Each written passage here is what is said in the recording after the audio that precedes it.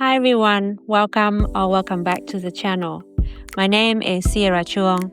I am an artist and coloring book author based in Auckland, New Zealand.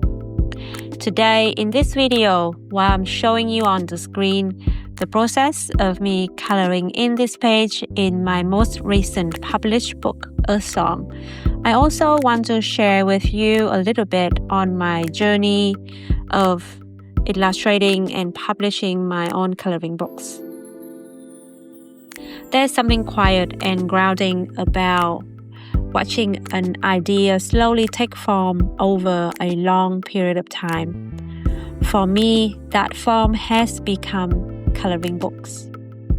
What started as drawings in 2022 initially with the intention for creating them for my own Oracle deck project, Messages of the Inner Self, eventually became Sacred Presence and Earthsong, my two most recent books.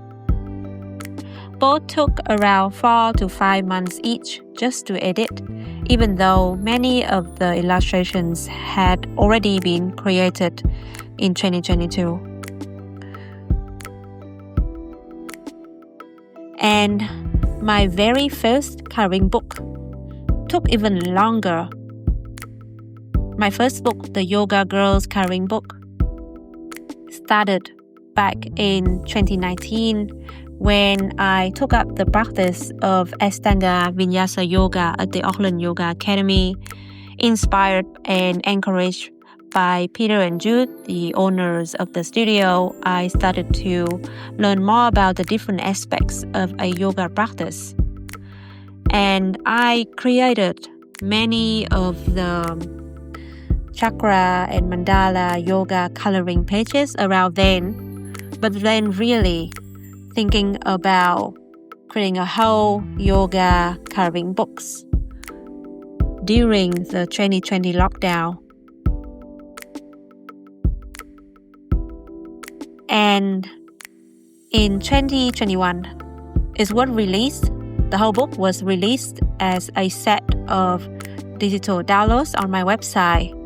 And only last year, in 2024, I finally published it as a printed edition on Amazon. That timeline alone reminds me how long some ideas and concepts need to unfold, how deeply creative work asks me to be patient and present. And that's the part of the process that I've grown to trust, the slow unfolding, and the rhythm of me keep returning and showing up for myself by returning to the practice of illustrating, doing art. Most of my creative projects now span months or even years. And over time, I've come to understand that sustainable creativity isn't built on sudden bursts or last-minute inspiration. It's built on rhythm, on quiet and consistent practice. Every time I sit down to draw, sketch, or revise my work, something shifts. A page becomes clearer or more detailed, and the idea deepens. And slowly, the project becomes something that I can hold in my hands. I think that we can think, dream, and plan as much as we want, but a creative concept only begins to breathe when it meets practice. That when it's become real, not just something imagined, but something shaped. And the practice is really simply about returning again and again to come back to do the work, to refine the work, and perhaps redo it if needed.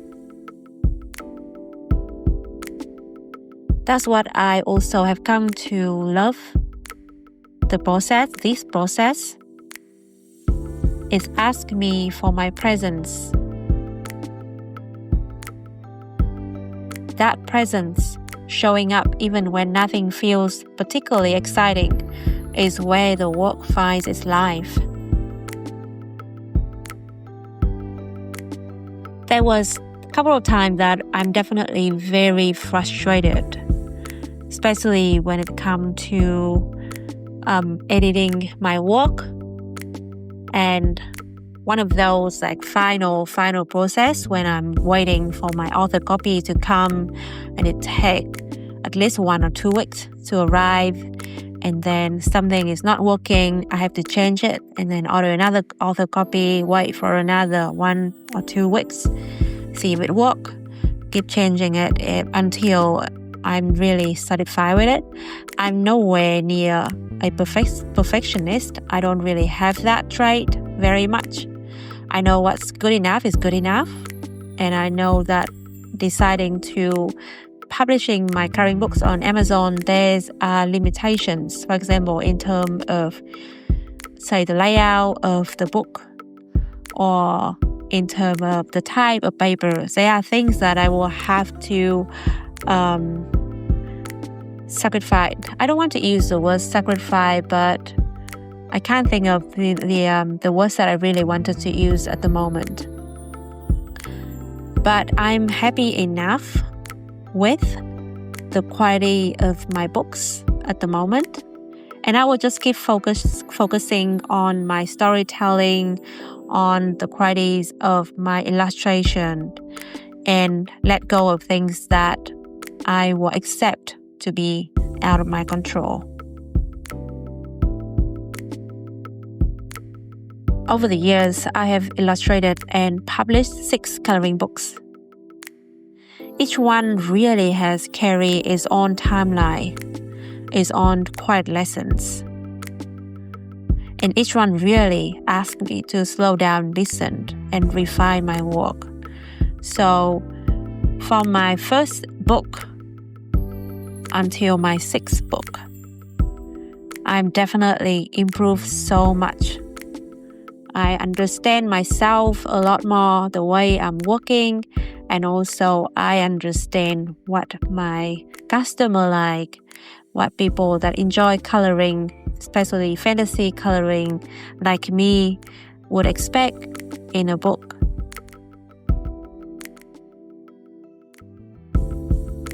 And it is really satisfying when I'm knowing that I have not rushed the process. I have allowed my projects its time to reach a certain quality that I'm very happy with. And it's not a get rich quick scheme kind of thing.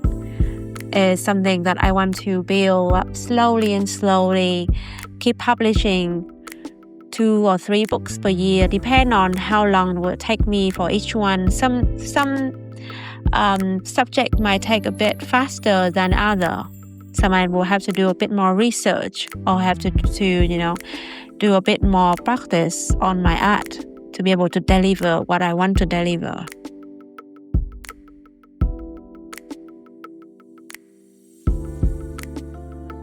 And I think that right now I create not just for the outcome, but for the process itself. Because the truth is, showing up for a creative life often looks like this. Just quiet mornings, slow edits, a page that waits for weeks before it's ready. It's very ordinary, and sometimes it's really hard. But over time, something begins to move, something begins to leave. And in that steady return, the work becomes real. Not all at once, but just little piece by little piece. Very small, sometimes really slow. That's what practice really is, the moment where the vision begins to live through us. So thank you so much for watching and listening to this video today. I hope to see you in my next video.